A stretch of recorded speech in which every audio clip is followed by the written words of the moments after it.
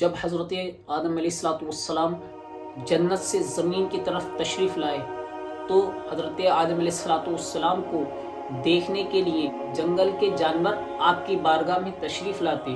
اور آپ کی زیارت سے مشرف ہوتے، اور حضرت آدم علیہ السلام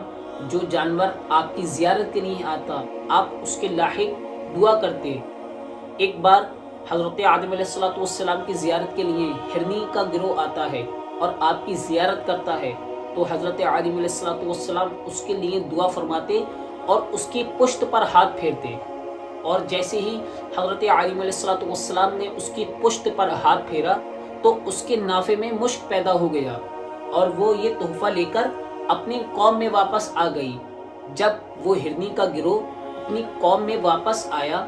تو جو دوسرا گروہ تھا وہ کہنے لگا، یہ خوشبو تم کہاں سے لے کر آئی ہو؟ تو وہ ہرنی کا گروہ کہتا ہے کہ آج ہم اللہ کے پیغمبر حضرت آدم علیہ السلام کی زیارت کے لیے ان کے پاس گئے تھے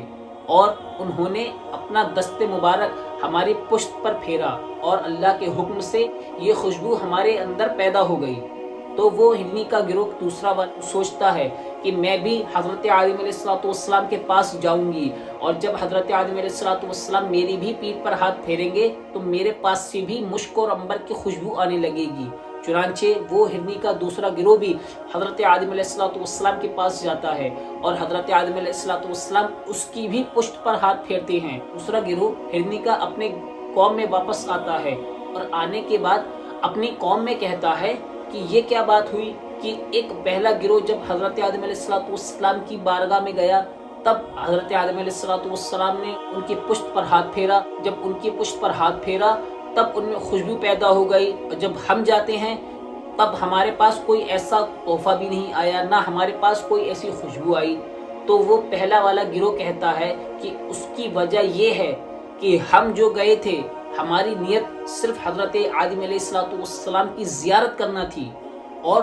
تم جو گئی ہو تمہاری نیت زیارت کی نہیں تھی، یہی وجہ ہے کہ تمہارے پاس سے مشک اور عنبر کی خوشبو نہیں آ رہی ہے۔ اگر تمہاری بھی نیت زیارت کی ہوتی تب تمہارے پاس سے بھی جو میرے پاس خوشبو آ رہی ہے وہی تمہارے پاس سے بھی خوشبو آتی۔ جب کوئی اپنی سچی نیت سے کوئی بھی چیز کرنے جاتا ہے تبارک و تعالیٰ کے حکم سے وہ چیز پوری ہوتی ہے، اور جب کسی کی نیت میں ہی کھوٹ ہو تو وہ اس کی کام پورا نہیں ہوتا۔ اگر کوئی شخص اللہ والوں کے پاس جاتا ہے، اگر اس کی سچی نیت ہے تب اس کی دعا بھی قبول ہوگی اور اس کے جانے کا مقصد بھی، اور اگر جب اس کی نیت میں ہی کھوٹ ہو تو جب وہ اللہ والے کے پاس جاتا ہے اگر کوئی دعا قبول نہ ہوتی تو یہ اللہ والوں کا قصور نہیں بلکہ اس ملعون کا قصور ہے کہ جس کی نیت میں ہی کھوٹ ہو۔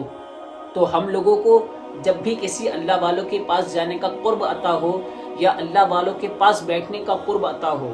تو ہم لوگوں کو سچی نیت سے بیٹھنا چاہیے کہ تاکہ ہمیں ان سے کوئی قرب عطا ہو، اور اگر ہماری نیت میں ہی کھوٹ ہو اور ہمارے دل میں یہ نیت ہو کہ ہم جو بیٹھ رہے ہیں کوئی اپنے مقافات عمل کے لیے بیٹھ رہے ہیں بلکہ ہم ان کی زیارت کے لیے نہیں بیٹھ رہے ہیں تو ہمیں ان سے کوئی چیز بھی حاصل نہیں ہوگی۔ تو ہم لوگوں کو اس چیز سے بچنے کی رب تبارک و تعالیٰ توفیق و رفیق عطا فرمائے۔